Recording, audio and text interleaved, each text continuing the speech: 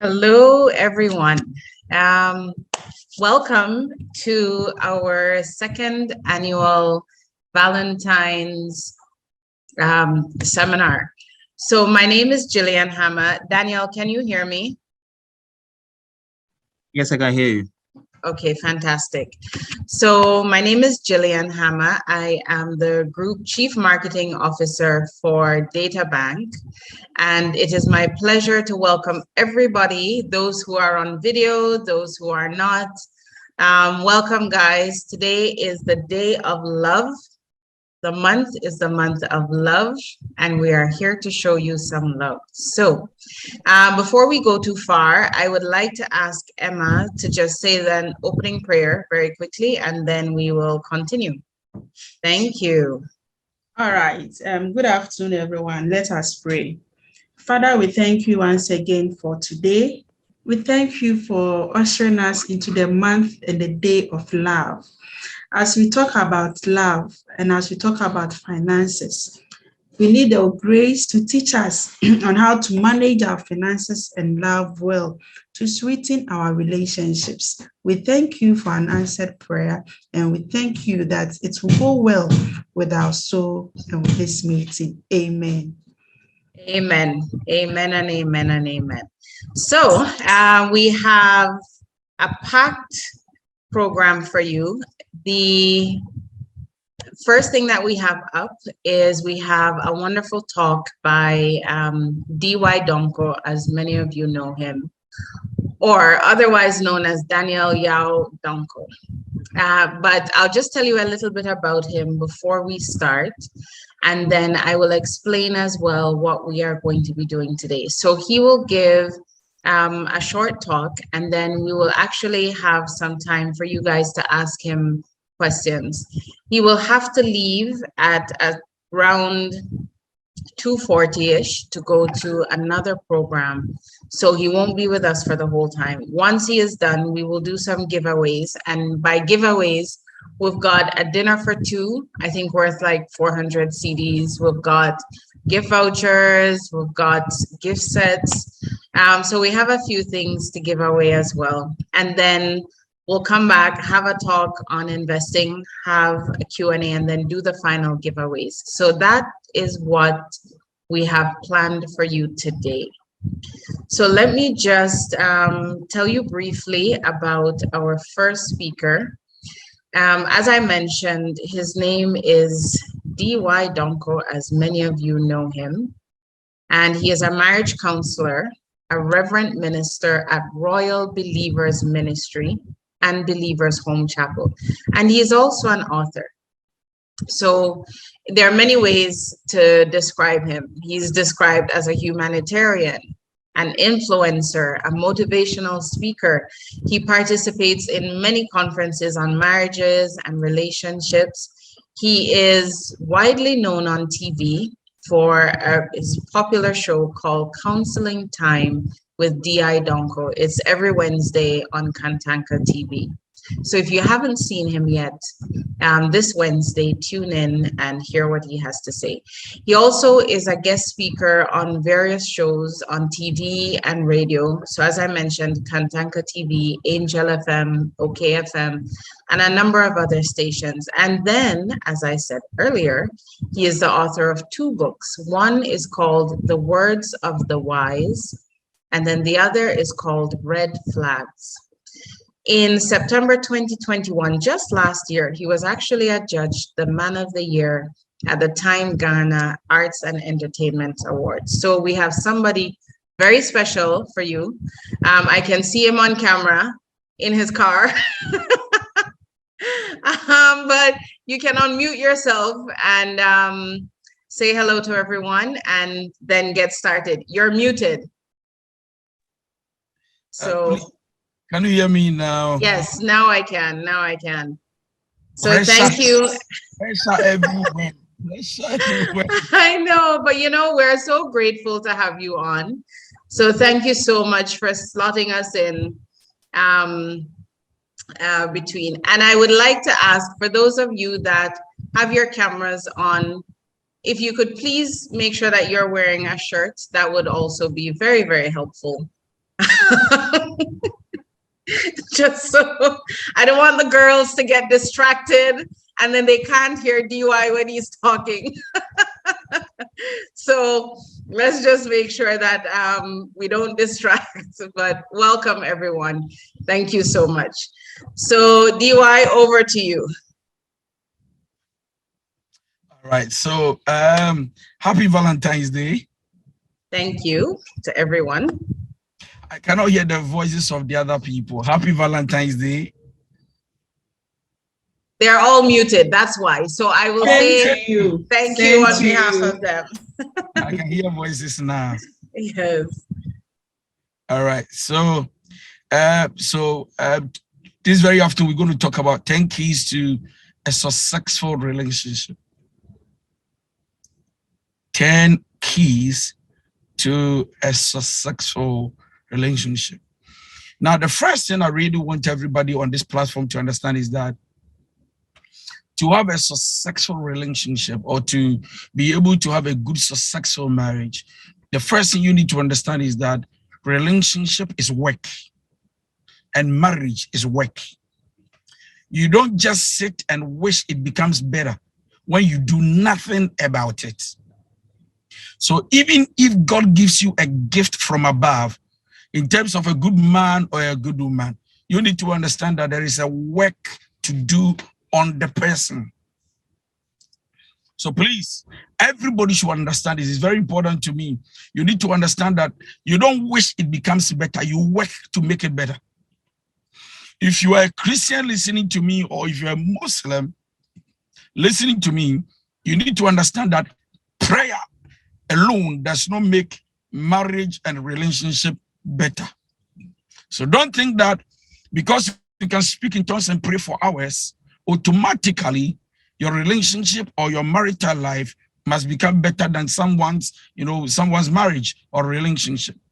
When you see people enjoying their relationship or marriage, you need to understand that they have invested a lot of time into it, and it is what it is because they are dedicated to it. So please understand, it's very important to me. I've come across a lot of people, and most of them think that if you can pray, automatically, once you can speak in tongues, your relationship and marriage must become one of the best. It is never true. Prayer is good. Fasting is good. I love praying. I love fasting. But I want you to understand that without wisdom, no matter how anointed you are, no matter how gifted you are, your marriage will collapse. And men being that, if you're a Ghanaian listening to me, men being that say, suddenly from nowhere, your marriage will become better and best. And don't sit and be praying like, oh God, I pray for successful marriage, Lord. I know that once you're with me, my marriage will not collapse. There is no divorce in my house. I decree and I declare in the name of Jesus, let altars be broken. Altars will not be broken until you live right and do what is right. So please understand that the fact that you're a Christian doesn't give you an better upper hand over the life of the unbeliever. Understand this. So marriage, we get it right. Good, successful relationship, we get it right because people are ready to invest, to be committed to it, and to make sure it becomes what they desire it to become. So 10 keys to a successful relationship. Number 1, don't keep score. Don't keep score.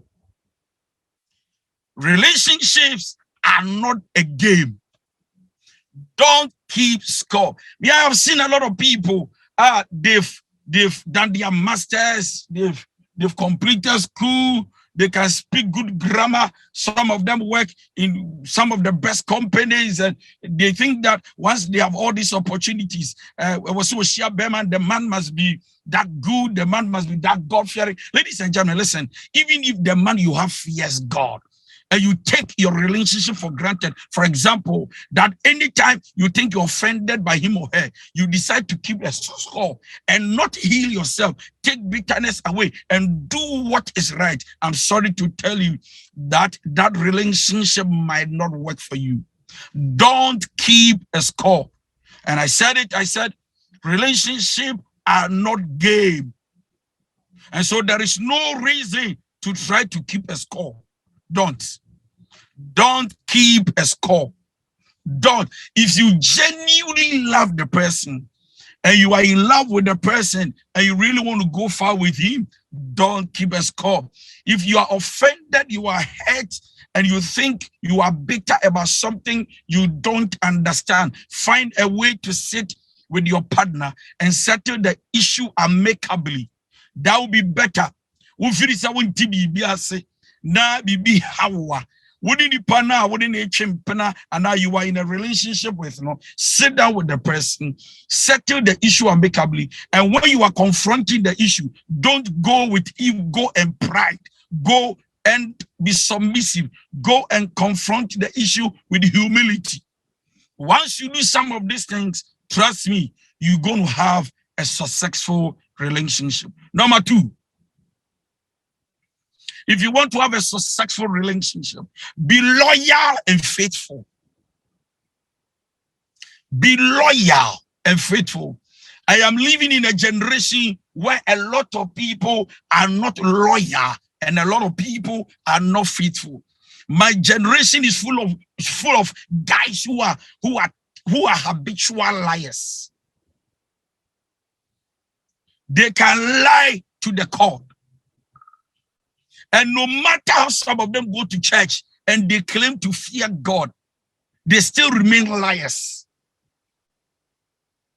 We are living in a generation where most women are not faithful.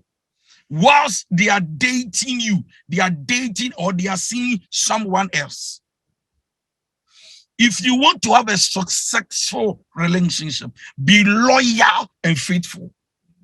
Let your yes be yes and your no be no. I am coming, you are coming. If you are not coming, just go straight and go like, I am not coming. If you can make it, just go like, yes, I can make it. If you cannot make it, just go like, I cannot make it. So please, if you want to have enjoyable relationship, a successful one, be loyal. Loyalty and faithfulness are essential in a relationship. Very important. Number 3, if you want to have a successful relationship, be a good listener at all times. Be a good listener at all times. In other words, be good listener at all times. When your partner wants to engage you in a conversation, please put your phone down and pay attention and listen. If you don't give your partner the attention, they will keep you in detention.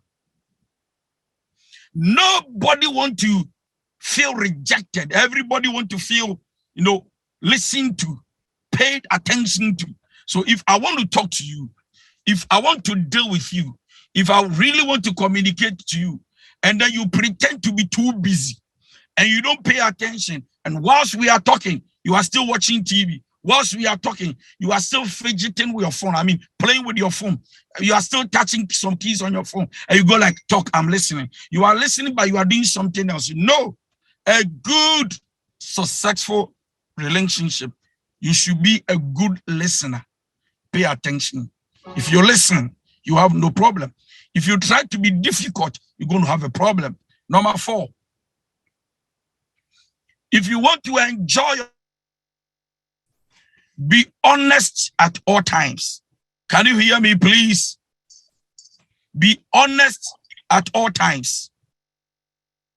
Be honest at all times.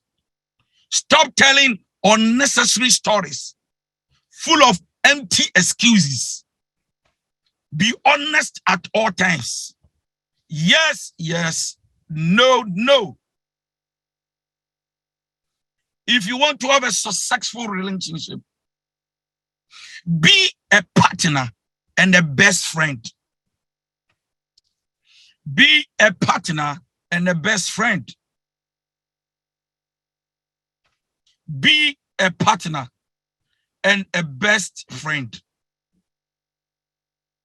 A lot of people enter into a relationship in the name of I love you, but there is no bond between them. There is no connection between them. There is no that friend connection. No, so I love you, and that's all. They don't find time to talk to you. They don't find time to relate with you. In fact, he has a best friend. She has a best friend than whoever she or he claims to love. No. If you claim to love me, I should become your first buddy. So what's so dumb? Not your relationship. Not if you want to have it done well. What you do is that I must be your best friend. You can communicate at all times with me. You can talk to me around, and there is nothing you can talk to me about because I am your best friend. If whoever you are dating today is not your best friend, please excuse yourself, because then if you force yourself into marriage, you will not enjoy it because you have no connection to communicate with one another. And yes, you'll be bored. There will be a lot of boring, situation environment around you. So please be a partner and a best friend. The next point, if you want to have a successful, a peaceful relationship, accept each other's imperfection. Very important to me. Accept each other's imperfection. Yes, I understand you are weak, but I still expect you to change. So the fact that I should accept you with your imperfection doesn't mean you should be fooling around. So you can't walk around cheating, lying, and say that you must change. And so, therefore, if you want to have a successful relationship, sir, please, we will accept your imperfection, knowing that you are not perfect, but you can't go the extreme. Other than that, you are not helping the other party. The next point we want to focus on: don't drag the past into the present. If you really want to enjoy your relationship, don't drag the past into the present. Don't do that. So once you are in a relationship, you need to understand that things happen. Things happen. Things happen. And things will surely happen. But whenever something happens and you say, you are forgiving me, please don't always drag me back to the past.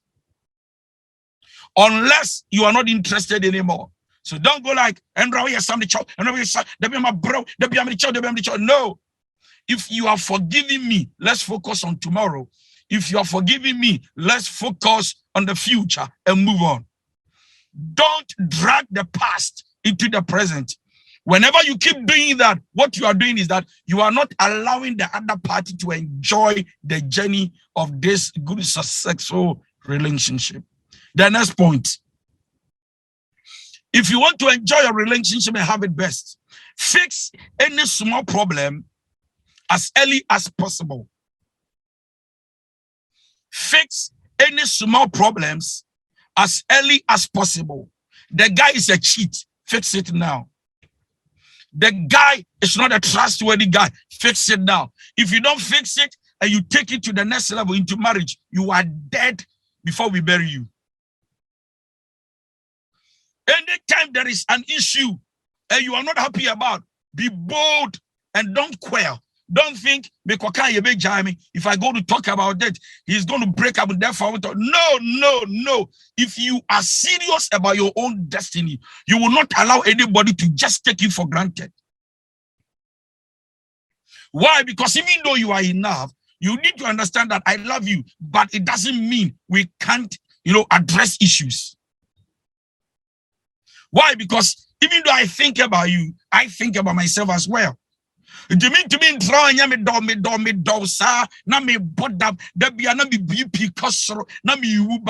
you'll be there smiling. No, we don't do that in love.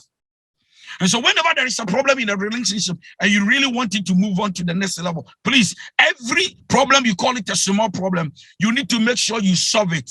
Don't wait for it to become big. And then you go like, when him, Michelle Sache, why you need to be the same thing I, why you need the same thing I, now me sing coming, come back, say, my brother. No, once he starts, talk about it. Whether it's your husband or your boyfriend, talk about it. Don't sit and wait and say, God does not talk for you.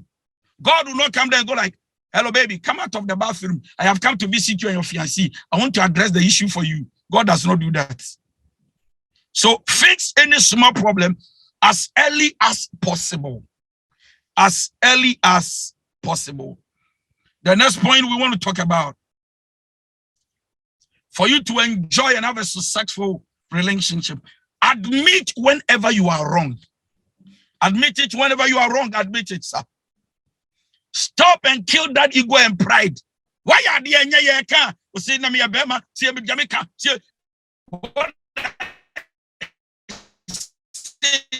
Fine, Master.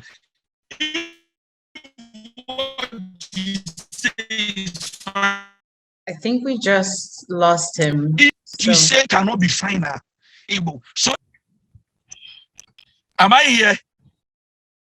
Yes, your voice was breaking. I think we almost lost you, but you're back. So continue. Thank God for his resurrection power. So I was talking about the next point, that admit when you are wrong. When you are wrong in a relationship and then the other party confronts you and tell you, please swallow your pride and ego and accept it. Whatever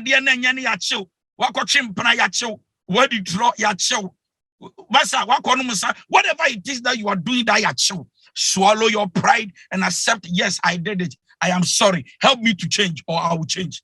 Don't use Takashi. You know, I don't care. I don't give a damn. You will give a damn. You will give a damn. If you're not ready to give a damn, please then collapse the relationship. So we are saying that admit when you are wrong. Swallow your pride as a man. Bema, watch me. I am sorry. Forgive me.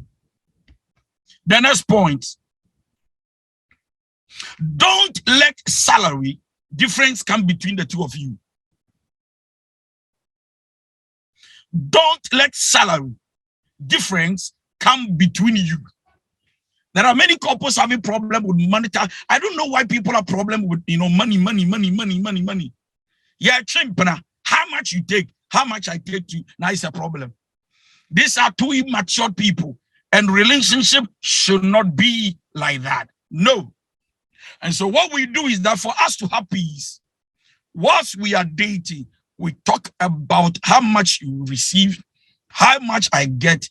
And then what we do is that we start having a plan for the future. You talk about how much you receive monthly. I talk about mine, and we decide what we would do with the money for the sake of our future and our children. And the last thing I want to talk about is that, this. If you want to have a successful relationship, please respect your partner. You can't tell me you love me, yet you can beat me. Love does not beat. You can't tell me, Udome, you love me, yet you don't respect me, you disregard me, and you can look at me and tell me, I'm sorry, stupid woman, idiot, useless.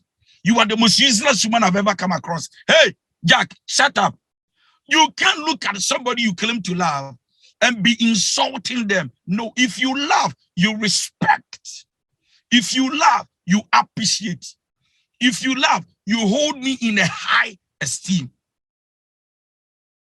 The problem with us is that when we fall in love, we become too familiar with each other so much that at a point in time, the respect we had for them is gone.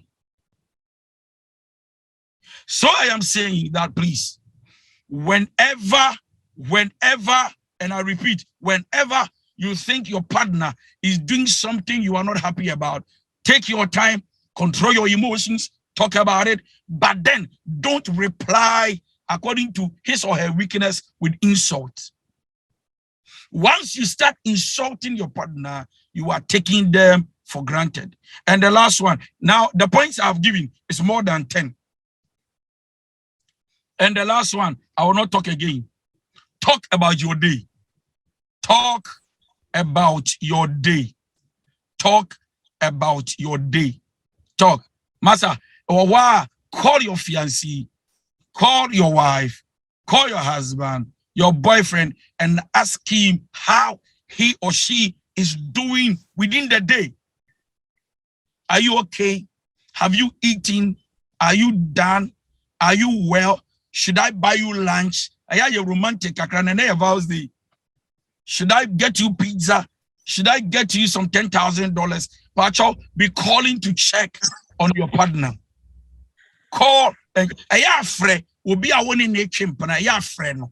Now, within the day, check on how they are doing, if everything is well with them. And I think that these are some of the few things. If you can do it right, trust me, you're going to have the best relationship. Thank you. Thank you very, very, very, very much. Well done. Well done. Yes, you actually gave us like 12 and a half tips, because the first one that you gave, I thought was number one, that you started with number one. So we actually got way more than we had even expected. So I know your time is limited, but we do want to take some questions first. So I would encourage anyone that has a question to raise their hand, and I will call on them, or you can put your question in the chat. If time runs out and we are not able to answer, then I'll try and get the questions answered for you after the session. So we'll start with Bismarck and then move to Desmond and then Cool Frankie. So Bismarck, please unmute yourself and ask your question. Okay, I would like to ask, point number 7. You said, don't drag me to the past. Don't drag me to the past. That is, I would like to ask this question. You are there with your partner. She keeps on doing the same thing that you are working towards so that he stops. And she keeps on. Anytime she does it, you repeat. You talk, you say that if you forgiving me, then I have a chance to start again. Such a situation, how do you deal with it? The number you're trying to reach. All. Thank you. Okay, you have a partner who is not ready to change. She or he is never ready to change. I mean, they keep repeating the same thing, and you've spoken about it 1, 2, 3, 4, 5 times, and you feel like, don't allow anybody to frustrate you in life. If at a point in time you think you can't handle it anymore, please call it a quits. Okay? You were not born to carry frustration around. Okay. And I repeat, you were not born to carry people's frustration around. So if you are dating somebody who is never, and I'm repeating, I'm using a strong word, never ready to change, never, please quit, because you can't frustrate yourself that enough. So, I mean, but for me, every human being is prone to change. I mean, I'm sure that if care is taken, if we take our time, exercise a little bit, patient here and there, people change and the person can change. But then, like you are saying, if they are never changing, please call it a quit, find your way out. Thank you. Okay. Next, we will move to Desmond. Desmond, please unmute yourself and ask your question. Thank you for this opportunity. Though I'm at work, I feel like I have to enjoy this program. Thank you, sir. My question is about salary. Initially, I tried to hide my salary, my pay slip, and those so forth. So I decided to do something at work side, and then I showed my salary. Immediately she saw I'm taking 25K upwards. Then she started leaving everything on me. Is it acceptable for that thing to happen? Because looking at me, young boy, and I'm taking 25, and she too, she's a teacher, right? And she has just left everything. In fact, I'm doing everything alone. Is it acceptable in that way? Thank you very much. Okay, so you are talking about a partner. You are talking about a partner who saw money and then suddenly started misbehaving, right? Yes, please. Yes. So I don't know the kind of person that person would be. I mean, if you are a genuine lady who really want to stay with a man, have a bright future with the man, and go far with the man, one of the things you don't do is to waste money. If you are dealing with a partner who is not ready to change, I mean, you've done everything possible, and then you see that they are not ready to change in terms of finances. I mean, they see money and it's like their eyes are just suddenly becomes red, and they want to take from you, take from you, take from you. This is not a partner, somebody you can be with and plan the future with. So for me, gentlemen, I would say that sit with her and then talk to her about your finances and let her understand that even though sometimes you have money, you are not here to waste money. You are here to save. You are here to buy property. You are here to do this and that. And then sometimes you need to ask her if she has a bright, if she has a future, she has a plan for the future. That is what I want to tell. She has a plan for her future. If she has a plan for her future, why would she want to, take money from you and mess it up? So, sir, spend time with her, sit with her, and then talk to her about her dreams. Ask her questions about, what she wants to achieve. If she understands her life, she will know what to do with money. All right, thank you. So we'll take one more from Cool Frankie. I'm not sure how many more questions you can take. So Cool Frankie, please unmute yourself and then ask your question. Hello, Mpacho, good afternoon. Maybe said and you mention eba weekend na eba Saturday and you be Sunday with your work meeting. Ba or any uncle full no one in me. But you into my man. But let's say, okay, no pen for semana. Mpacho, me wo baby me ba Saturday you Sunday na you bet no is in command. Also meeting 4:30. 4:30 obaba bia 9 onyina yankofo betina form kakra mpocho ntina me bisa wan asem de onyina me kan asem ana mpocho meeting be ya equal meeting. Okay, so important and dear to him. So what you have to do is that please exercise patience one nanyen entrance na sekoni ne hia no maybe a so fine, but as soon as you encourage him to stop. Nevertheless, you need to understand that even though you are dating somebody, or the right to enjoy his privacy, but shouldn't keep things from you as in secret. Just look at the time range. Now the 12 or could be 4. So therefore, if you have after 4, fine. And yes, Sadia, then the person should understand the importance of relationship to be able to stay for you, leave whatever he's doing and sacrifice for you so that the two of you can build a solid, relationship. And yes, I think that I can see that the two of you don't communicate well. All you do is weekends.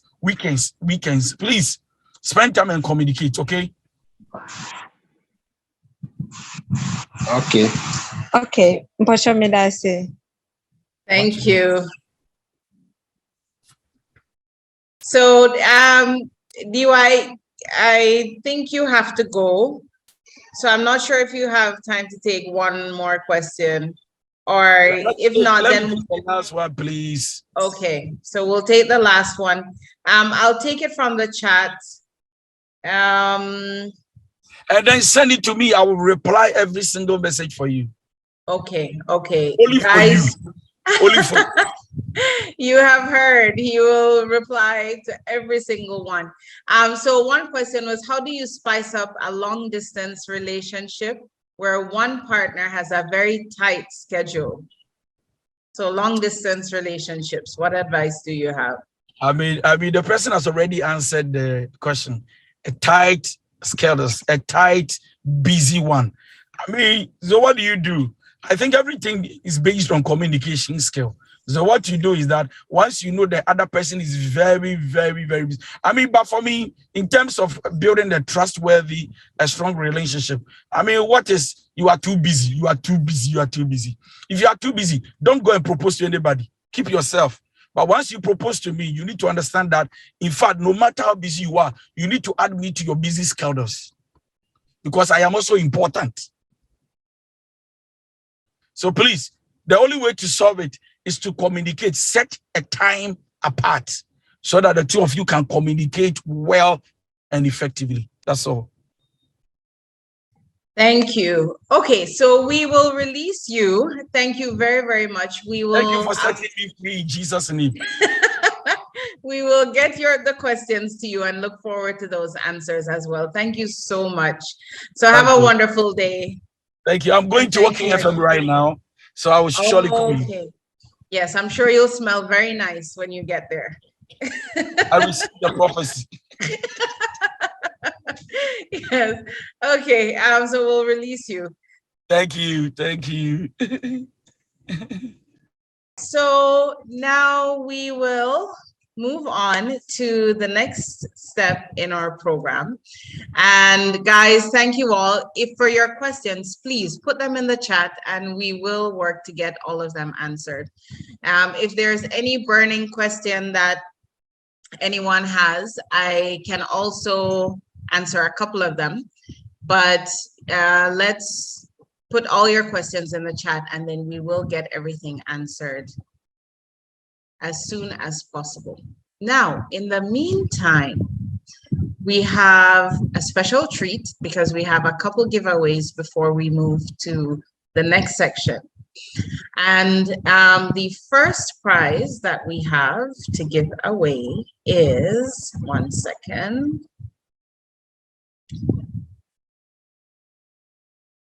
All right. So prize number one is for a 200 CD Databank gift voucher.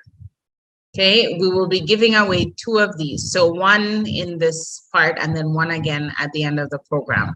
So the first prize is a 200 CD Databank investment voucher. And the question is, and this one, you have to type it in the chat. Let me be very careful with that one. So it's the first person to type the answers correctly in the chat will then get the prize. So please list 3 points that DY shared about his keys to a successful relationship. Type it in the chat and then, hey, okay. So, all right, Kweku Asante. The chat is going, hold on. So Kweku Asante said, don't keep score. Yes, that was point number 1. Be loyal and faithful. Yes, that was point number 2. And 3, be a good listener. All right, Kweku. So please put your name, full name, phone number in the chat, and then we will reach out to you. Next question. This one is for 50 CD gift voucher.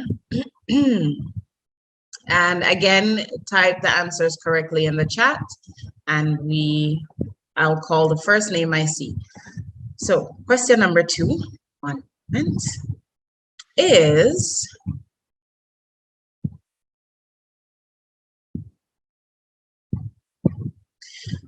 all right. He said,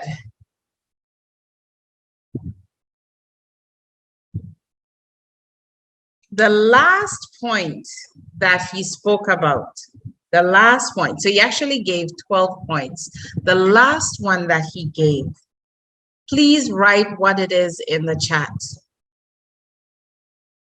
So 50 CD gift voucher to mention the last point. Okay, now let me check. Hey, wow, you guys are fast. Okay, hold on. Let me scroll up to the first person. Lorraine Damengwa. So Lorraine said, talk about your day. Yes, that was the last point that he shared. And it's really important for us to talk about our day with our significant others so that, you know, we get to share the love. We tell them, find out how their day was, smile with them, laugh with them, cry with them, if necessary. But thank you so much, Lorraine. So please put your details in the chat, and then we will take it from there. One more. This is airtime, 20 CDs airtime. And the question for this one is, okay. All right. So this question for 20 CDs airtime is, he gave the point. So I'm going to ask you to give me that point, but I'm going to tell you what he said, and then you should tell me which point he brought up. So he was talking about, he said, love does not beat. It does not disregard. It's not about calling your partner stupid. What was the point that he made? Yes. And the answer goes to Kate. Kate A, respecting your partner. Very, very, very important. So Kate, well done. Put your details in the chat, and then we will reach out to you with 20 CDs airtime. Okay. All right. So now we are moving to the next section of the program. And, you know, there were a number of points that he shared. Point number 10 was, don't let salary differences come between you. And I think what I will do is, before I start my session, I'll just repeat his points so that if anybody came in after the fact, they can still hear them. So point number 1, he said, don't keep score. Relationships are not a game. That was point number 1. Point number 2 was, be loyal and faithful. Let your yes be yes and your no be no. Point number 3, be a good listener at all times. And so, oh my. One second. My people. Okay. Point number 3. Point number 3 was, be a good listener at all times. And if you don't give your partners attention, they will give you detention. That's what he said. Then number 4 was, be honest at all times. Number 5 was, be a partner and a best friend. So he says there should be nothing that you cannot talk about with your partner. I know, especially the guys will disagree on this point. I would like to ask my Databank people to stop sharing the screen. Thank you. So be a partner and a best friend. Talk to each other. Talk about your good times, your bad times, share. Number 6 was, accept each other's imperfections, because none of us are perfect. So make sure that you accept the other person. But it doesn't mean that if they're just going and they keep doing the same things over and over and over, you should accept it forever. But the point he was making was, don't be quick to judge them or throw them away. Try and accept their imperfections, knowing that no one is perfect. Then the next one was, don't drag the past into the present. That was number 7. Things happen. We all do things that are wrong from time to time. Make sure that if you talk about it and you let it go, you've let it go. You don't keep bringing it up over and over and over and over again. The next point is, fix small problems as early as possible. Rule of thumb is, don't go to bed angry. Do not go to bed angry. If you can, deal with it before you go to bed. If you must sleep, as soon as you wake up, deal with it. But it's better to deal with it the night before. And then the next point was number 9. Admit it when you are wrong. Be willing to swallow your pride and accept that you are wrong if you are wrong. And sometimes in love, you know, even when you're not really, really wrong, it's good to just say, you know, let me take this one.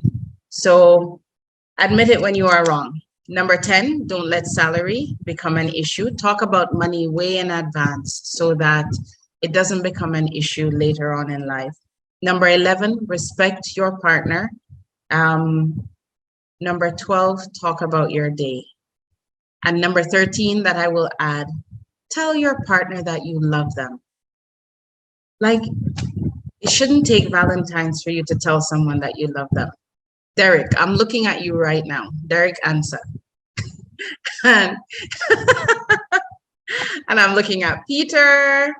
And I'm looking at, let me see, who else can I see? Nana Abena and James and Elvis in his car. Yep, I'm looking at, yes, I see you. And Basau, I see you. Jonathan, beautiful Sika, I see you. And Linda and Emmanuel and Doris and Gifty and Lily. And I'm loving that everybody's turning on their cameras. Yusuf Baba, I can't pronounce your last name.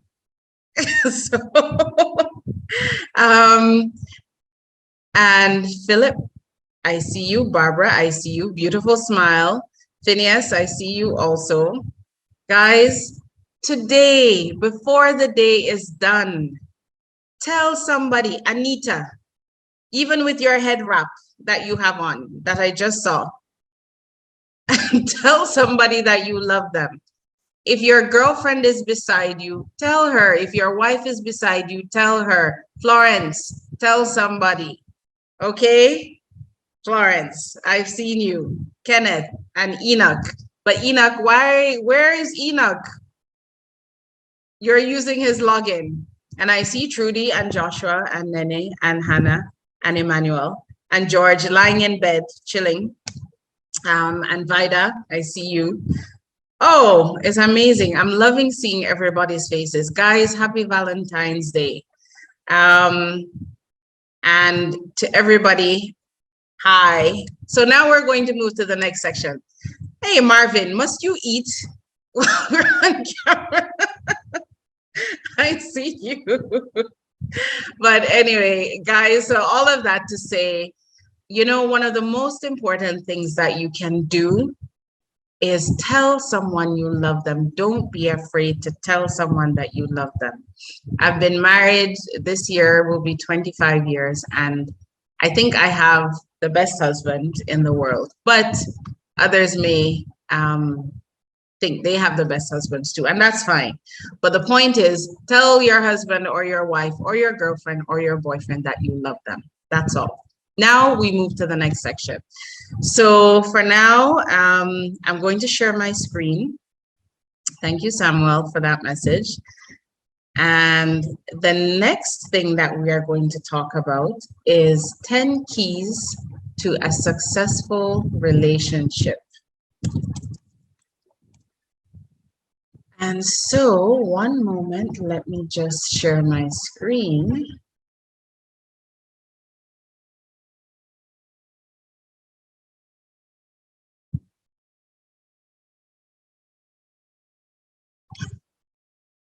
Daniel, can you see the screen? Just Yeah, I double can check. see it. Okay, perfect. I can see it. All right, fantastic. Okay, so I only have 10 points to share, but again, take notes, and there may be a question or two at the end for all of you to get some more prizes. But really, really important, there are a couple things that I would like to share. And I'll start off by sharing two quotes. Number one is, they say that love is more important than money. But have you ever tried to pay your bills with a hug?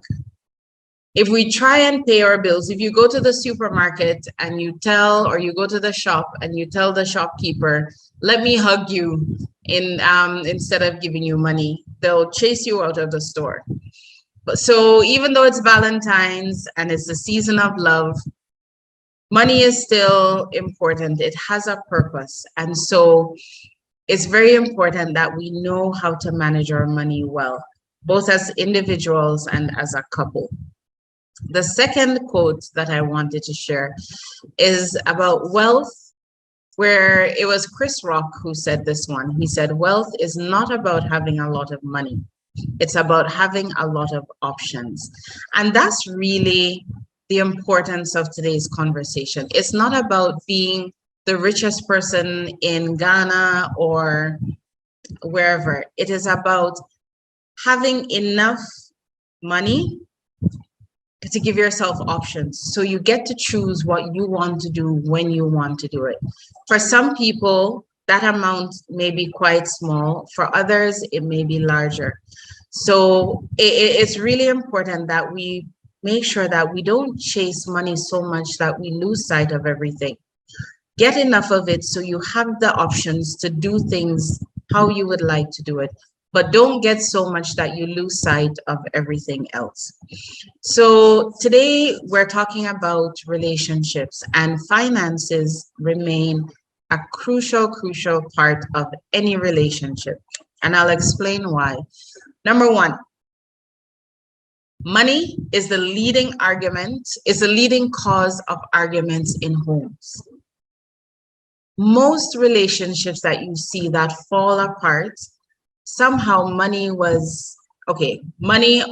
infidelity. But a lot of times when relationships come under real pressure, it's because there are money issues. And so that's one thing you should know. 2, disagreement on finances is the second leading cause of divorce. Disagreement on finances. So it's about not letting your relationship fall apart because of money. And surveys show that couples who discuss their finances are healthier than couples who do not.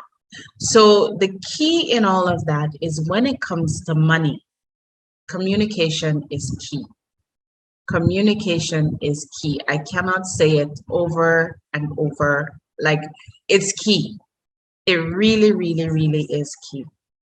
So I'm going to share how you can develop the right financial foundation for your relationship. Number 1, first thing you need to do is be open about your finances. Sometimes we don't like to share, or we feel nervous about sharing our financial situation with our partners for different reasons. Sometimes we are afraid to share because we think that one person's spending habits is not good. So if they know about all the money that you have, then they're likely to try and spend and spend and spend. Or we don't want to share because we just don't think that that person has to know everything. But you know, when it comes to finances and love, there's a certain connection between the two, where if the more you hide and the more you keep things secret, is the more you open yourself to losing trust and having things come in and destroy the relationship. So it's really important that as much as possible, be open about your finances. And I know some people will be shaking their head and disagreeing. But still, I maintain it. It is, you don't lose by trusting each other and being open with each other. If you can't trust each other with your finances, that alone says that there's a bigger problem that needs to be dealt with. Number 2 is about wants versus needs. You know, as couples, a lot of times we see what other people are doing, we see what they have, and you want it. And it's fine. It's good to want good things for yourselves, for your children. It's good to want your kids to go to the best schools, everything. But if you want that, then make sure that you are working towards it. It doesn't happen overnight. And so make sure that as you are going, you are living within your means. You are not taking on more debt and spending more money than necessary just to try and keep up with other people. It will break your relationship apart when you get to that point where you've run out of money and you start blaming each other because you say, well, it's because you are trying to impress this person or that person. Don't go there. As a couple, decide what is important to you. Decide what goals you have together. Decide what you two need as a couple financially and work towards it. The wants will come. When they come, then you discuss and you say, okay, we want to take a vacation. And so one want is we may want to go to Dubai because everybody else seems to be going to Dubai. Meanwhile, your money can only take you to Akosombo. Go to Akosombo. Don't go into debt going to Dubai just to be able to say that you went to Dubai. That's what we're talking about. So give yourself time as a couple. Be willing to start slow and move up from there. And I'll just share, I remember when my husband and I got married, many moons ago. And the apartment that we started off living in was so small that when people would come and visit, whether it's family or friends, if we were going to sit around the table, we would have to push the living room chair out of the way to make space for the table. And then some people would sit on chairs. Some people would sit on the edge of the window because it had a bit of a shelf. So you have to start small, be willing to start small, live within your means, and then work your way up. You don't have to get everything overnight. The third tip, and this ties in, is avoiding unnecessary debt. So not all debt is bad. There are certain things that you need to do. There are certain steps you need to take in your relationship to acquire certain things. It may be, borrowing money to buy a house, so you're taking a mortgage, or it may be to buy a car or something. But you should be very deliberate about the debts that you are taking on. It shouldn't just be you have a TV and you see a bigger TV and you go and borrow money just to take a bigger TV. No, that is dangerous, because you want to make sure that when you pick your debt, it is you have a plan for paying it off already. So one of the keys to managing your relationship successfully is avoiding unnecessary debt. The next thing that I would want to share is number 4. So you need to make a decision about if and how you will combine your finances. Everybody has a different view on it, and there's nothing wrong. There are some people who are very comfortable combining their money. There are some people who don't believe that they should combine it. It's fine. There's no one right answer. But one of the things that you should do as a couple, especially if you are thinking of getting married, ideally, if you're thinking of getting married, is talk about how you want to manage those funds. Do you plan to keep a joint account? Do you plan to have separate accounts, but the money for the bills you put in a joint account that you pay the bills from? There are many different options that you can choose, but it should be a conversation. It should be something that as a couple you agree to, because it's really, really important. And so there are some people who set up joint accounts. My husband and I, we have always had joint accounts.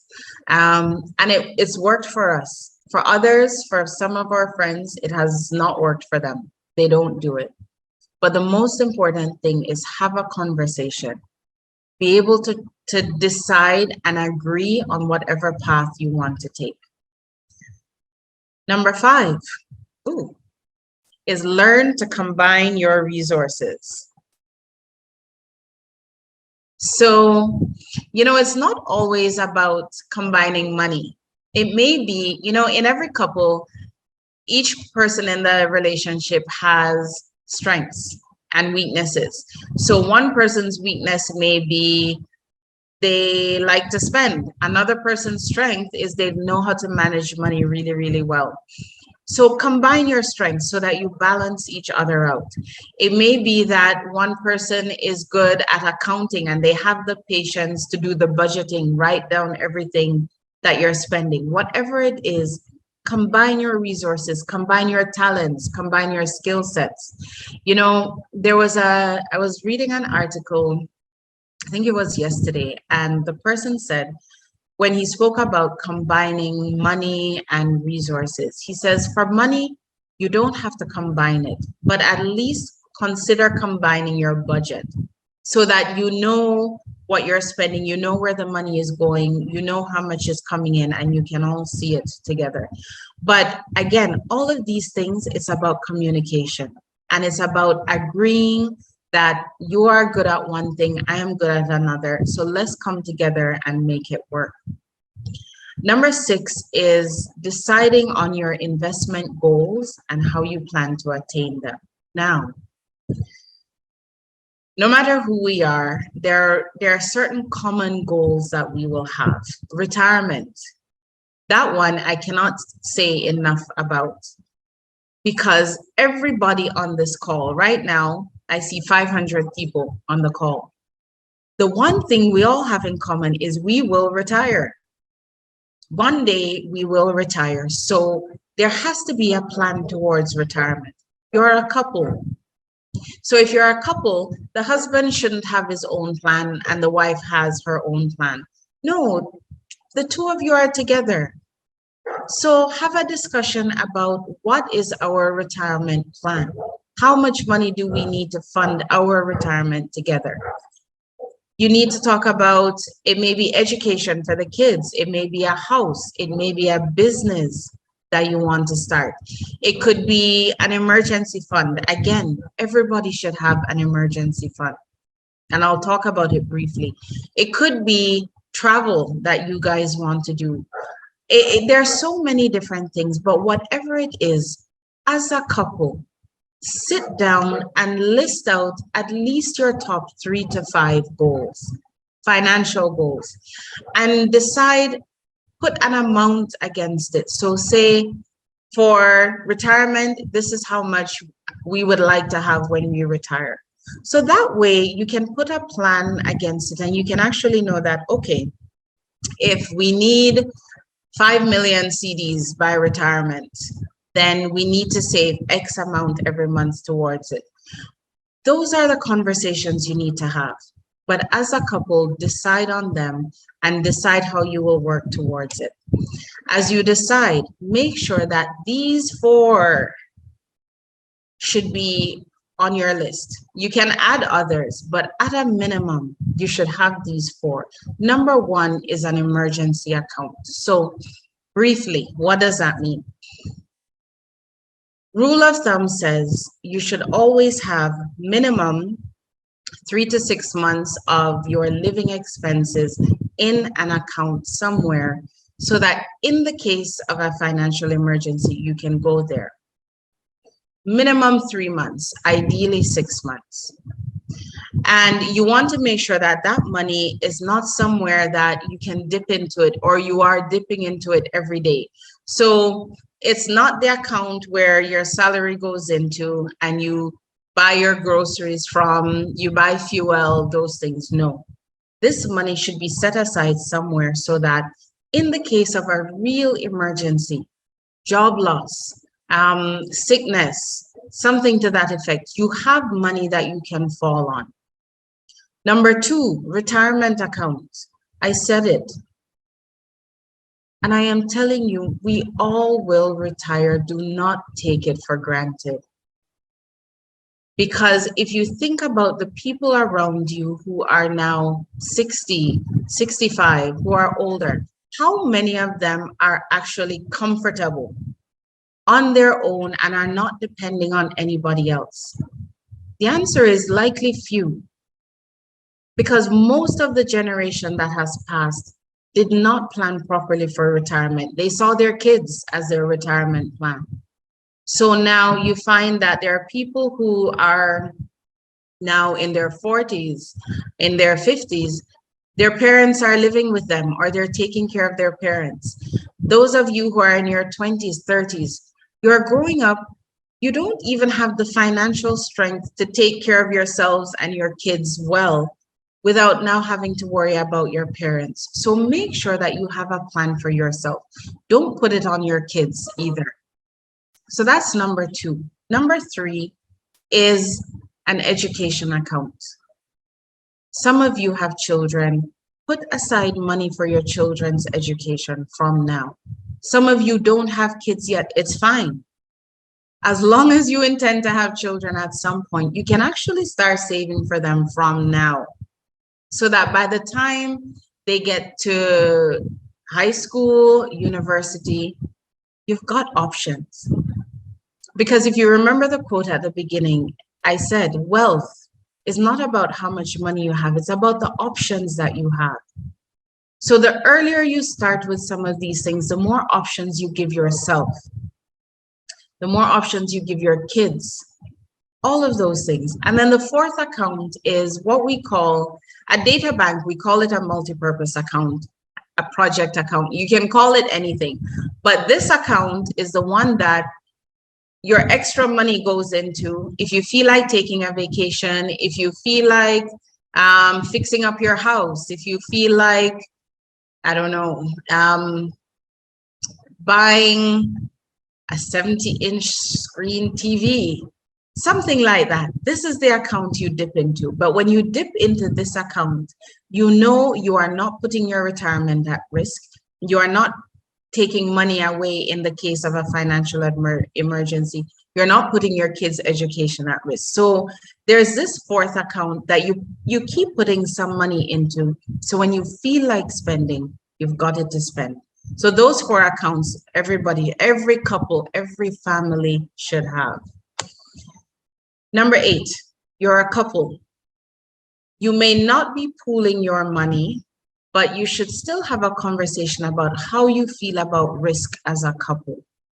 So, you know, the way I always like to ask the question, which is very simply, imagine that all of you brought 10,000 CDs, gave it to me and said, okay, Gillian, invest this for me. I'll be back in 5 years. That's when I'll need the money. And I've invested for everybody. In the first year, you check your balance and it's gone from 10,000 to 9,000. How would you feel? Option 1 is you feel okay, you're not too concerned because you're in it for the long term. So we say then your risk tolerance is high. It could be you're in the middle. You are concerned, but you're not withdrawing your money right away, but you're watching it. The last option is you are very concerned and you do not intend to lose one more peso. So you say, Gillian, give me the 9,000 CDs. Let me take it and go. You have to know yourselves as a couple. There's no right or wrong answer. There's no perfect answer, and it can change over time. It does. But when you know how you feel about your money going up and down, then you can now match it with the right investments. So this is just an example of investments that you guys can consider. If you are low, if your risk tolerance is low, you don't want to see your money moving up and down. You don't want it to be down this year, up next year. The options for you are M Fund at Databank, Eddy Fund Tier 1, Treasury bills that are issued by the government, or bonds. These 4 are very steady. You won't get a lot of movement from them. And this is where you should stay. If your risk tolerance is medium, and so you have a little more stamina, you can take a bit more movement of your money, then you can add what they call balance funds. So we have ARC Fund, B Fund, Eddy Fund, Tier 2, that you can also add to the first 4. So you can mix the ones that you have. If your risk tolerance is high, then you do what we call, you can also add what we call equities. That's just stocks on the stock exchange. Essentially, that's what it is. And so either You can go and buy the stocks directly from the stock exchange, like an MTN or a Fan Milk or GCB. Or you can take a fund like EPAC, where that fund goes and buys all of the shares and puts it together for you. But whatever it is, know how you guys feel about risk. Talk about it. So that then when you're putting your money somewhere, one person is not dying because they think the money is going up and down while the other person is okay. Tip number 9 is invest as much as you can, as early as you can. And I cannot overemphasize this, because the earlier you start investing is the less you need to invest in order to get where you need to go. And I'll give you a quick example. So let's say everybody on the call wants 1 million CDs by the time they're age 60. And all of you will invest the money. You will all get 15%. So the money will grow by 15% every year. The only difference will be how long each of you have. Do you know that somebody who is age 25, and I'll come to the questions in very, very shortly. But if you are 25, you would only need to invest 89 CDs a month to get to the 1 million by age 60. If you wait and start at age 30, that 89 CDs now becomes 172 CDs. And every 5 years that you wait to start, it doubles. So when we say invest as much as you can, as early as you can, it is for your own benefit. It's not for me. It's not for Kojo, who is the CEO of Databank. No, it's for you. It's to help you get to your goals and get to them in a way that, again, you have options. That's what it's all about. Last tip, number 10, is you need to talk about your retirement goals. I've mentioned retirement, I think, at least 3 times already, but talk about them. Build a retirement fund to finance your retirement. And then know that teamwork makes the dream work. So the quality of your financial decisions will directly impact your relationship. If you are a couple, work as a team. Don't take it for granted. Work as a team in whatever you do, and that will help you have a successful relationship. So that brings me to the end of my session, and I will encourage you, if you've got questions, raise your hands, and then we'll take them, and you can put them in the chat as well. And then we'll just take some questions, then we move on. So Emmanuel, we will start with you. So Kelvin has already put the answer for a question that hasn't even been asked in the chat. Kelvin, so if I ask, one of the questions was going to be, tell me about some of the points. He's already listed it. So I'll come up with another question. But Emmanuel, let's start with you. Please unmute yourself and ask your question.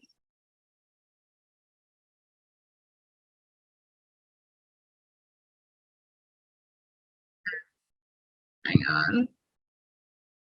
And Isaac, step 1. I will go back a second. Emmanuel, are you able to unmute yourself? I'm sorry, currently I'm driving, so I'm listening through the speaker. Okay, I can't contribute now. Okay, no problem. Sorry, I'm driving. So no worries. But I'm listening. Okay, thank you for joining. Okay, so we will move to Elvis, and Elvis, I'll ask you to unmute yourself and ask your question. Hi, Elvis, go ahead. Yes, good afternoon. Your 7th point, which is make sure you have the 4 key investment accounts everyone should have. I didn't get the first one. I got the retirement account, education account, multi-purpose account, but I didn't get the first one. The first one was the emergency account. Emergency account. Yeah, so making sure that you have some money set aside for financial emergencies. Okay, but I also like to ask, can you see me? Because I'm unable to know if my video is. I can hear you, but no, I don't see you, but it's fine. You can still ask. Okay, so that's what I wanted to ask. Thank you. Okay, all right. Thank you so much, Elvis. Next, we will go to, hang on, Josephine. Oclu, Josephine, please unmute yourself and ask your question. But Josephine, sorry, before you ask your question, I think it was Isaac who asked what tip number 1 was, because he missed it. And that was be open about your finances. So Josephine, please go ahead. Okay, good afternoon. Afternoon. Please, I've enjoyed the program so far. And then the question I want to ask is, how is it possible for a couple to achieve all these goals if, unfortunately, there's a problem of unemployment on one side? How does it become possible to achieve all these goals? Does it become impossible if one is not working? Or even when one is not working, these goals can be achieved? Thank you. Thank you so much, Josephine. So if one person is not working and the other one is, what it may mean is you need to adjust your goals to match your current state. So for example, at least for a certain time. So, you know, I don't know whether the person has not been working for a long time. And this is where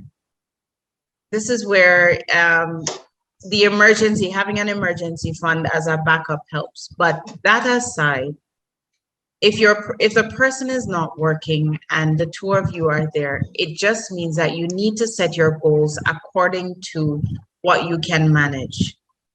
And then as your situation improves, then you can like expand your goals to also include that. So it's about adjusting your situation to fit your current state and not forcing yourself to meet a bigger goal when right now it's not feasible.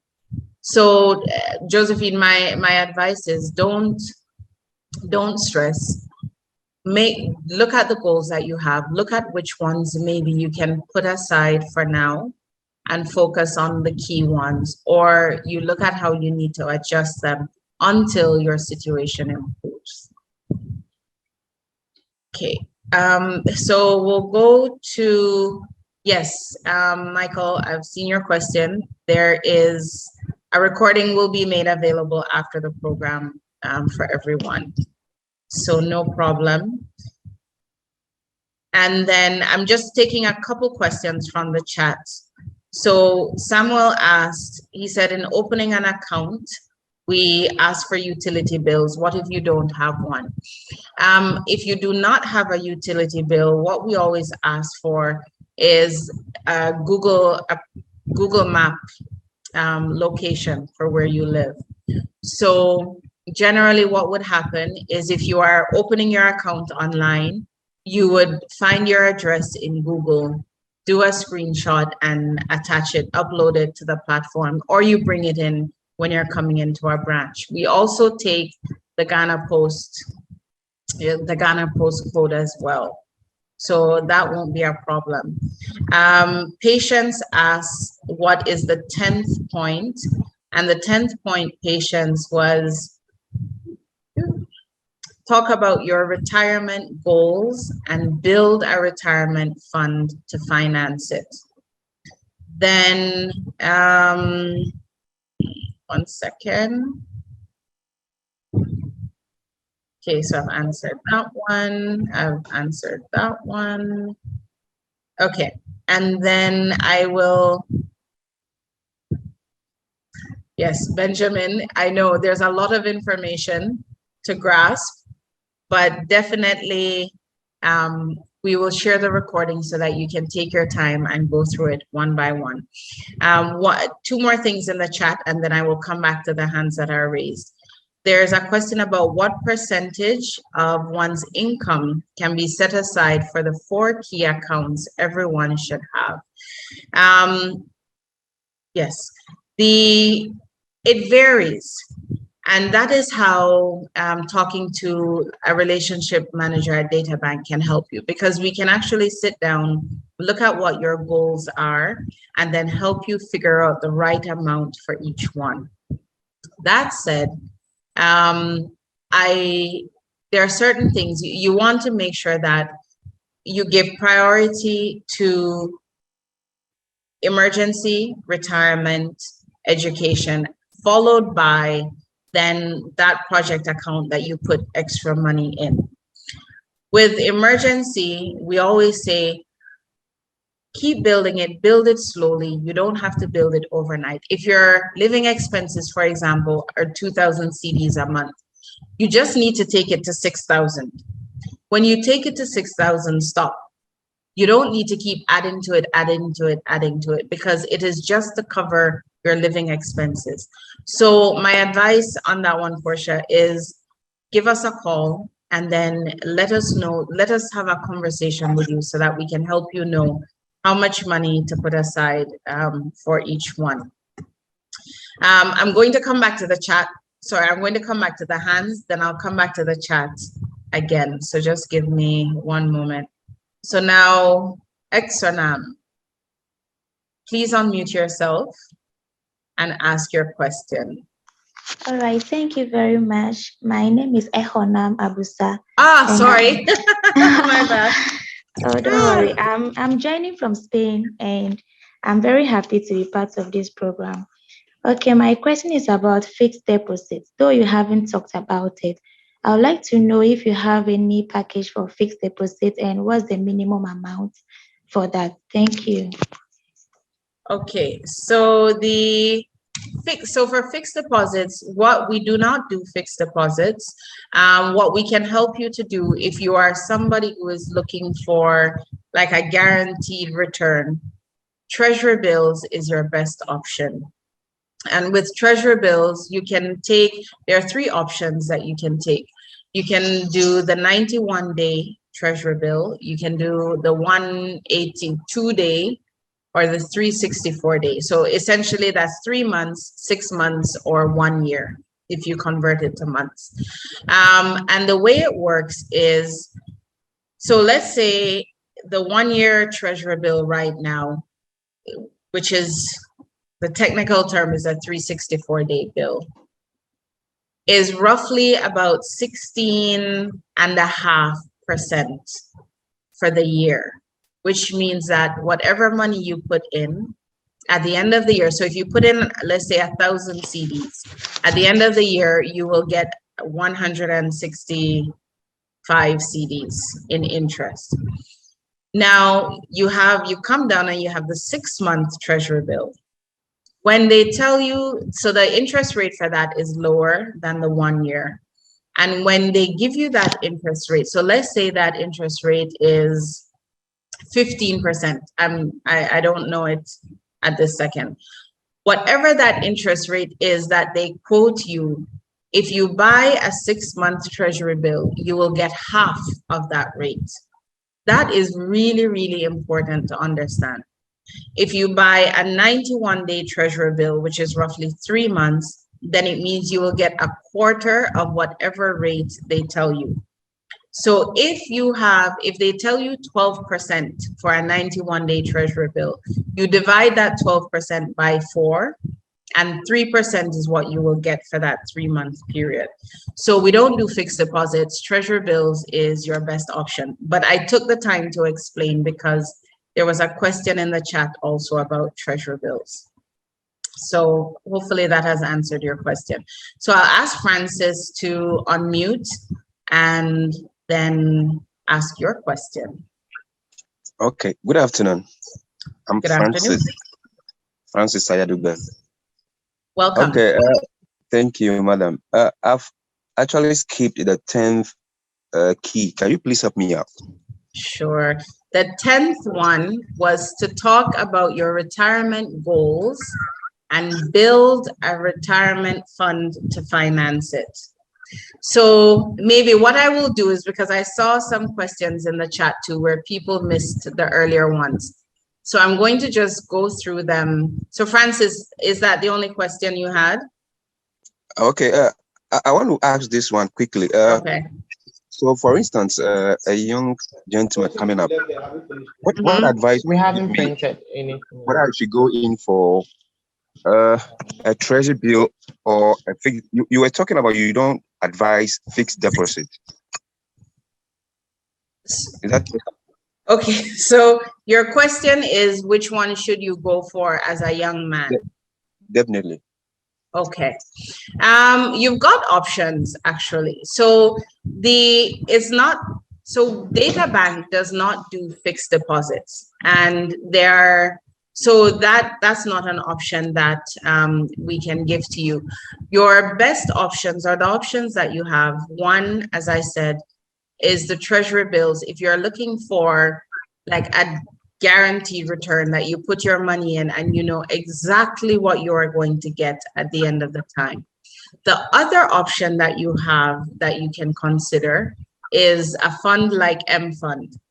So M Fund is Databank's fixed income fund, and it's not guaranteed, but the fund manager will then take the money and invest in bonds and other fixed income instruments. So you end up actually getting a better return than the treasury bill, just because you're investing in more things that give higher returns. So if you take M Fund as an example, last year, it returned, I think it was 19% compared to the treasury bill that did 16.5%.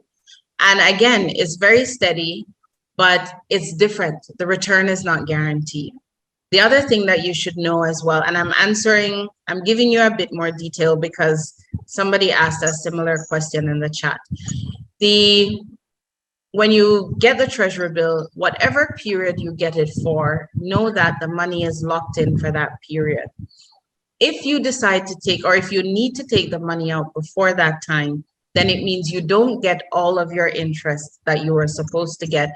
And then there may also be a penalty to take the money out, depending on how early you take it out. So when you're going in for certain things, just make sure that you know how long it is that you have to invest, and then you take something that matches the time that you have. But your options are treasury bills, M Fund.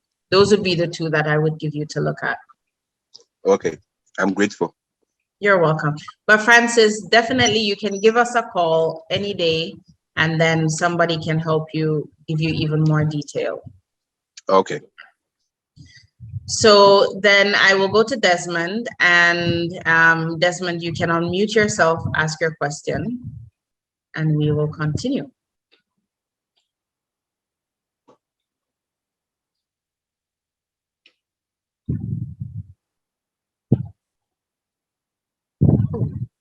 Okay, Desmond, let me know if you're, oh, I see you waving, but I'm not hearing you. So you're okay because you're on mute, you're muted. Okay. Okay, all right, Desmond, I'll come back to you. Let me move to Abu. So Abu, you can unmute yourself and then ask your question. Good afternoon. Good afternoon. Yes, I joined the Databank since 2010 with the M Fund. Okay. I'm not being able to contribute, but I want to know whether you can deduct it from source. Maybe if I'm a government worker, whether you can deduct it from source. How do I do? Okay, so we have an account with controller that they can deduct directly from source. So yes. Yes.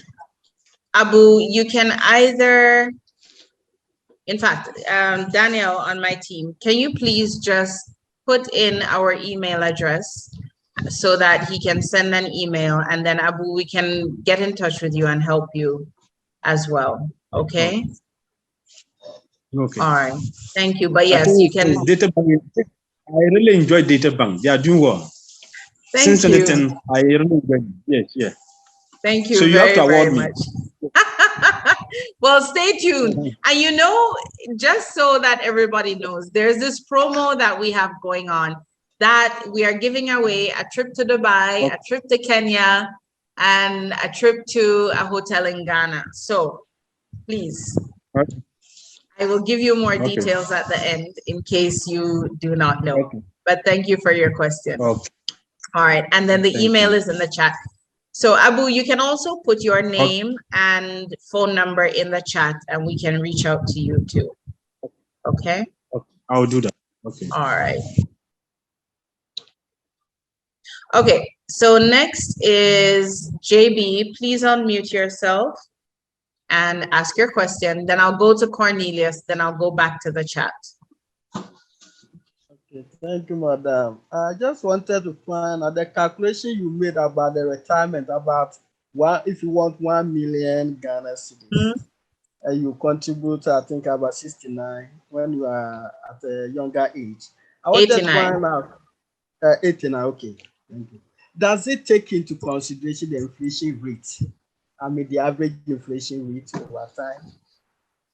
Okay, so that does not include inflation. So what we normally tell people when it comes to inflation is that you want to try and increase your amount at least by the amount of inflation every year. So as an example, I had said, if you are 25 and you would need to invest 89 CDs a month every year to get to the 1 million CDs. You will still get to the 1 million CDs, even if you don't increase it. But I would say on average, try and increase the amount you put into your investment by at least 10% every year. So that way the money is keeping pace with inflation. So that's the advice that we give. Okay, thank you very much. You're welcome. All right. Cornelius. Cornelius, you can unmute yourself and ask your question. Then I'll come back to the chat. Yes, please. Good afternoon, Madam Gillian. Good afternoon. Please, my colleague here wants to ask a question through me. No problem. His question is 2. He says the one you spoke on joint accounts, where it will be used to pay like the bills for the couple and their retirement, their project, and maybe emergency fund. Is it on whose name he's trying to find, and whose name will it be, or they can just adopt a name for it to open the account, or it can be in one person's name? Okay, so let me make sure I understand your question. This is for a joint account between like a husband and wife or a couple? Yes, please, a husband and a wife. Okay, so we would put both of your names on the account. And then let's say it's for a specific purpose. So let's say it's for retirement. You could say that, okay, you put Cornelius on and you put the name of your wife, and you can tell us to put retirement attached to the name of the account.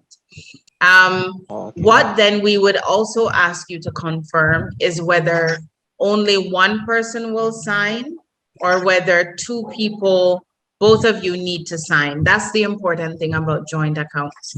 So with a joint account, we always have to ask,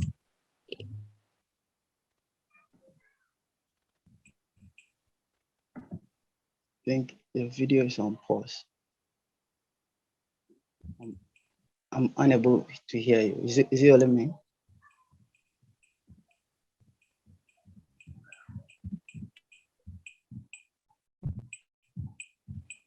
Hello? Hello?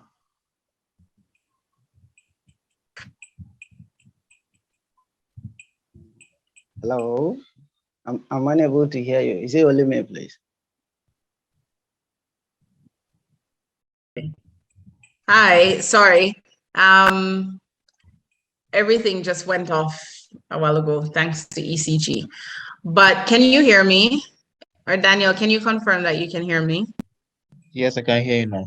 Okay, fantastic. All right, so Cornelius, all I was saying very quickly is that when it comes to the joint account, we'll put both names on the account. The most important thing to know is who is signing, whether only one of you or both of you must sign every single time. And if I recall, I think you had a second question. So please go ahead and ask your second question. Yes, please. Thank you very much. It went off for a moment.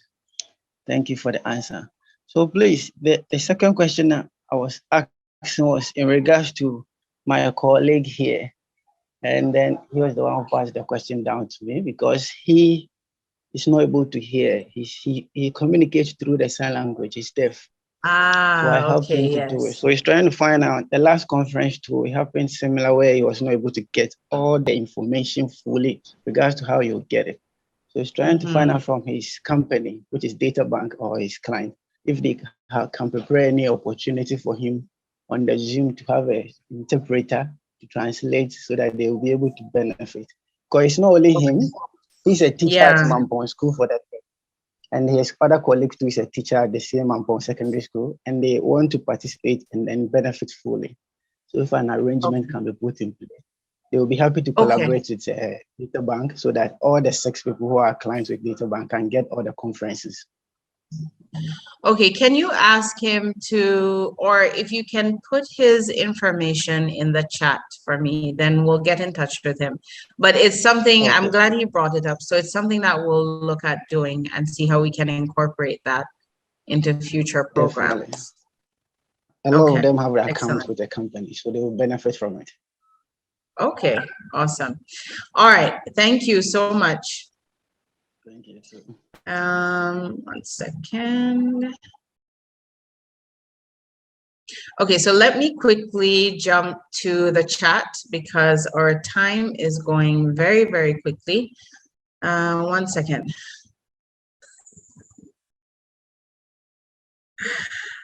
Okay, so somebody says, if your wife sees your paycheck and her eyes goes red, begins spending unnecessarily, and sends so much to her family and would not change the behavior upon repeated advice, what does one do? Then,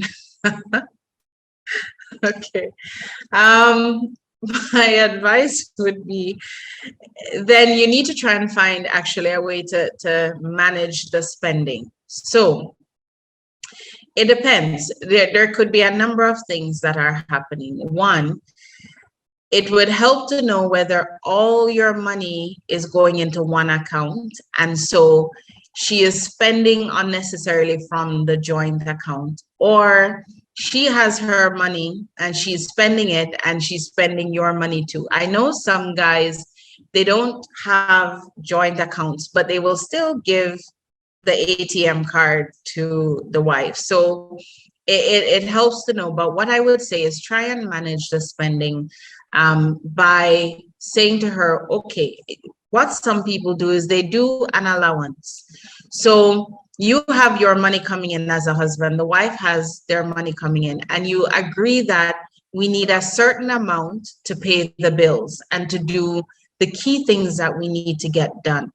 Outside of that, then you can agree that, okay, out of her paycheck, she will, let's say she's earning, let's say both of you are earning 2,000. It may be that she gives 1,200 towards the bills and she keeps 800, and you give 1,200 towards the bills and you keep 800. What she does with her 800, leave her to do, as long as that you guys have enough money to pay your bills. So it depends on what your exact situation is, but I would recommend that then you separate the money into 3. Her extra money, your extra money, and then the money that is required to meet all of your goals. And keep in mind that before you get to the extra money, you should have looked at what amount do you need for your bills, how much do you need to be investing in all the different accounts that we spoke about. When all of that is done, then you decide as well how much each of you will give to yourselves to spend on the things that you would like to spend on. Then there was a question about which package would help achieve the 1 million CD target by 60 years. What we have done, I didn't name a fund, Ajwa, but so what I did was the example I gave had the interest rate at an average of 15%. All of our products perform higher than that. So you can actually choose any one of our products to get there. What is most important is how you feel about risk. So that if you are somebody who you're not too comfortable with your money going up or down, pick M Fund. If you're somebody who you can take a little bit of movement, you can look at B Fund or ARC Fund. They're all designed to help you get there. But the most important thing is make sure you match it with how you feel about risk. It's really, really important. Then, yes, somebody asked, will we be sharing the copies of the presentations? Yes, so we'll share everything. We'll share the recording and you'll have that. 1 second.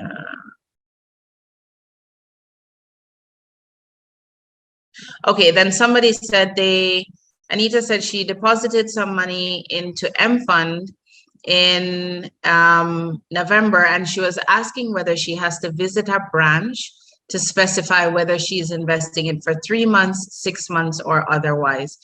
It's a really good question because some people think that M Fund has a maturity date, that it will end at some point. It doesn't.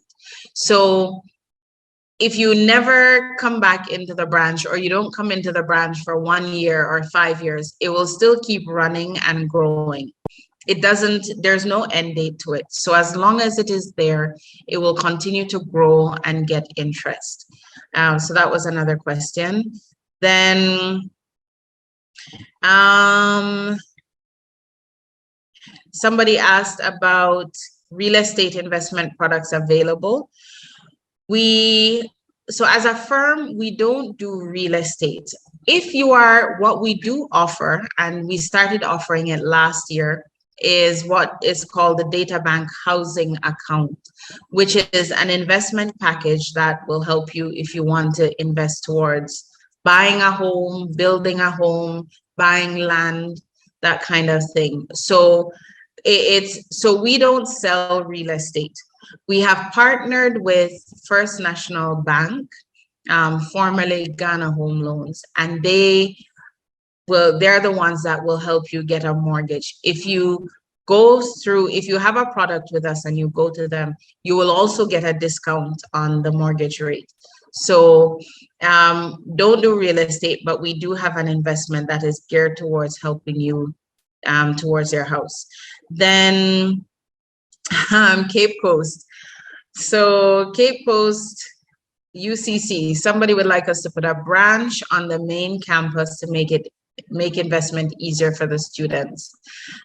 Captain, please send me your name and phone number and let's get in touch with you. I have a suggestion that can help you in the meantime. So put your name and phone number in the chat, please, and we will reach out to you. Okay, so let me just come back to the hands and we'll take 3 last questions if they can be really quick, and then we will close it off. So, Captain, I'm not sure if that's the same question you put in the chat or you have another question. You can unmute yourself, followed by. Hello. Hi, how are you? I'm good. How are you? Good. Yeah, it's actually the same thing. Okay. Yeah, because, okay. I've been able to create the investment account with Databank, but then putting in daily deposits has become a bit difficult because they don't have a branch on campus. And you would have to take a car to town, which is about 7 to 8 cities in and out. And that's just discouraging. So UCC students, we would be so grateful if we could have a branch on the main campus. Okay, so Captain, interestingly enough, if it's to the, in fact, in the last 2 years, I would say, especially since COVID, we have set up things in such a way that you can deposit with us, withdraw from us, everything without ever stepping into a branch again. So I'm not sure if you use *6100 hash. Through that, you can do all your deposits from where you are, and you can withdraw, you can set up direct debit, all of those things. So I still want to hear from you. So put your name and phone number in the chat so that we can still get somebody onto campus. But we'll also explain all the options that you have. And Danielle, if I can ask you to just drop it in the chat, the different options that people have to top up their investments, please. So Captain, thank you so much. Yeah, let me just ask. All I'm right. aware of the Momo options, but then it doesn't take the place of physical meeting. Having an office, a physical office on campus helps to build our confidence, because walking into the bank gives you that sense that you are making some progress. With the Momo, a lot of us are having issues, especially with the e-levy coming up. Okay, so we'll be grateful if you can have, we can work with directly, like Okay. Okay, got it. I hear you. Okay, that's fine. So give me your contact information, please. I will. Okay. All right. Zoom user, please unmute yourself and okay. No, he's dropped off. So let's go with Jonathan. You can unmute yourself, please, and ask your question. Hello. Hi. Hello. Please, I want to ask a question on the Edu Fund, the education fund. Okay. What is the minimum amount that can be used to start the fund? You can start with like 20 CDs. I mean, you can start with any amount that you want and then build up from there. The whole goal is not to make it restrictive. So you're free to start with 20 CDs if that's what you've got. Okay. Thank you. Okay. You're welcome. And then last but not least is Desmond. And then to everybody else, just to let you know, because time is going and I do want to respect everyone's time, we try and keep these to within 2 hours. Please, you can still put your questions in the chat if you have questions, and then we will answer them after the program. So even though the program ends, we will still continue to answer your questions. So by all means, drop your questions in the chat and then someone will follow up with you after. So Desmond, are you with us this time? Yeah, I'm with you, Madam Gillian. Thank you. I'm on different conference now. So I would like to ask if all what we've learned so far or what sorry. Can you please send it to us in email or I should post my email there? What you just learned? Okay, we will send it out to everybody. So everyone who registered for the program, will send it out. So you'll get it by email. Thank you. Okay. Thank you. You're welcome, Desmond. Have a good day. All right, guys, it's 4 minutes. Okay, it's 3:54. So, and we do have a few more questions. So let me just ask you the final question so we can do the giveaways. Danielle, how are you? Hope you are well. It was the Danielle Ampa waving, not Databank Danielle, that I keep. Not our Databank's Danielle. So let me ask the final questions and then we will bring it to a close. So this question, so there are actually 4 more gifts that we are giving away. Daniel Databank, please make note of the ones that I call out and then who wins. And Annalisa, please just note them so that we don't miss anyone. So the first thing that I'm giving away is a gift set from, it's a nice company in Accra. They make environmentally friendly, they make shea butter. It's really nice, a very, very lovely gift set from a company called Knockware. And there's a gift set for men, for a lady, and then there's one for a man. So the first one is for the lady. And the question that goes with that, and I think the value of it is around 200 CDs. So the question is, and put your answer in the chat, please. What is the latest product launched by Databank? It was launched late last year. And I mentioned it not too long ago. So what was the latest product launched by, yes, and the prize goes to Emmanuel. Emmanuel, who said Databank housing account. So Emmanuel, please put your name, full name and phone number in the chat, and we will send you the gift. So thank you. Next question is for the men's version of that gift set. And let me ask that question. 1 second. All right. So there is,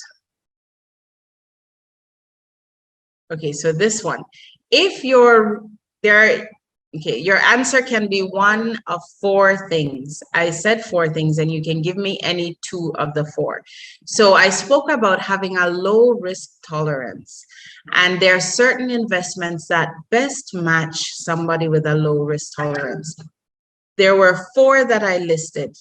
If you can give me any 2 of those 4, you will win the Knockware gift set. Okay, so now let me check the chat. All right. Wow, you guys are very quick. Okay. And the answer goes to Captain.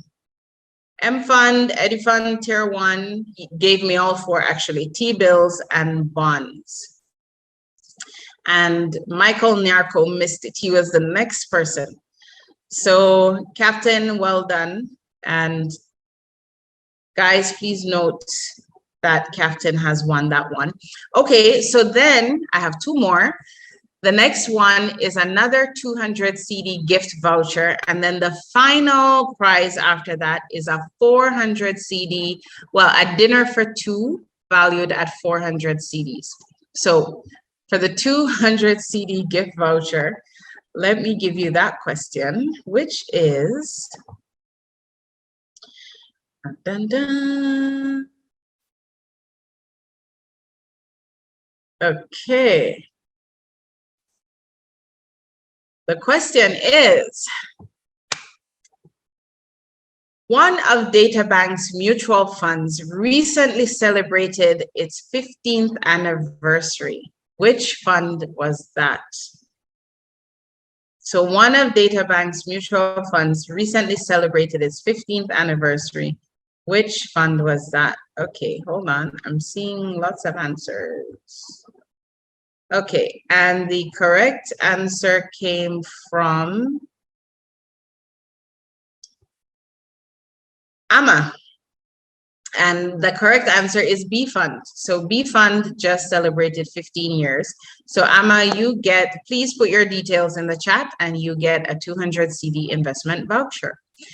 And then last but not least, the final question of the day. The final question of the day is, what are the 4 investment accounts everyone should have? That will get you dinner worth 400 CDs for 2. So the 4 investment accounts everyone should have. And the correct person is Raphael Raphael Amemo. I don't know if I've pronounced your last name correctly, but he wrote emergency account, retirement account, education account, and then multi-purpose project account. So Raphael, well done. Put your details in the chat, and that's it. So as I mentioned earlier, we have a promo that's going on where we are giving away a trip to Dubai, a trip to, so Dubai, I think it's 4 nights, Kenya, 3 nights, and then a trip to a hotel in Ghana as well. And all of these are all expenses paid. So your flight is covered, your accommodation is covered, the excursions are covered, all of these things are covered. And the way to get it done is to invest minimum 500 CDs between now and the end of the month. So if you've started investing already, no problem, you can keep investing, because every time you do 500 CDs, you get 1 more entry into the promo. So you can do only 1 500, or you can do more. But everybody has a chance to win, and it's very exciting. So that goes until the end of the month. And so we have come to the end of another program. Guys, thank you so much for staying with us. We wish you a wonderful day. Happy Valentine's Day. Remember to tell somebody you love them. Give them a hug. Ruth, thank you for joining. Ruth Nye, I see you. Thank you. Richard Obiri, thank you. Ishmael, I see you. Raphael, I see you, the winner. TLC20Y, you didn't put your name. I only see your phone, but I can see your face as well. I see Kenneth. So this is me saying goodbye. So anybody who wants to drop off, you can drop off, but I'm just saying hi to everybody who is here, and I can see their faces. So let me see. I see Emmanuel. Captain, I see you. Cornelius, I see you. Hey, Cornelius, you look young. Sylvanus. Well, Philippine, I can only see like the top of your head. Stephen, you are chilling. You are lying down. Abu, yes, I've seen you. Kenneth, I saw you. Who else am I seeing? Mishak and Paul. And who else am I seeing? Oh, how do I get rid of the chat? It's blocking somebody's face. Moses, I've seen you. And Angela, I saw you. And Anita, and Prosper, and Peter. And Nene, yes, I see you. And Isaac, I see you. Emmanuel, Taria, I see you. And Michael Odru, did I say hello to you already? No? Who else have I not seen? TLC20Y, you're still there. I see you. Joanna, I see you. Hi. And Laura, hi. Guys, make sure you tell somebody you love them today. Don't let today end and you haven't said I love you to someone. Please, Laura, tell somebody you love them. Let me see who else. Emmanuel, Emmanuel, I can't pronounce your last name. Juliet, I see you. Albert, Nanayao, Bernard, 2 Bernards. There's Bernard Yaboa, Bernard Osam Tete. I can't see the rest of your name. Peter, I see you. Obed, I see you. And Samuel and Ketya. Eunice, I just saw you. Hi. TLC20Y, I keep seeing you. Barbara, hi. And Francis and Derek. And I think Kabuki, I've seen you. And Augustine, I've seen you. Emmanuel Trumesi, I have seen you. Yes. So I think I have seen everybody. Cephas, hi. Samuel Opoku and Ketya, Nelson. If I haven't seen you and you are looking at me, Annette and Alimatu, I see you. And Hannah. Beautiful Sika, I keep seeing you again. If I haven't said hi, wave at me and I'll say hi. Kwesi Corsa, I think I've seen you now. Sylvanus again. Richard, I've seen you. Captain, you're swinging in your chair. Richmond, I see you. And Samuel, I see you. Charlotte. Okay, I've seen you, Charlotte. Hi. So I think, oh, Lady Pamela, I see you. Welcome, welcome. Guys, thank you so much for staying with us. Michael Nack. Ah, beautiful Sika, I've seen you again. And everybody. So guys, we have come to the end of the program.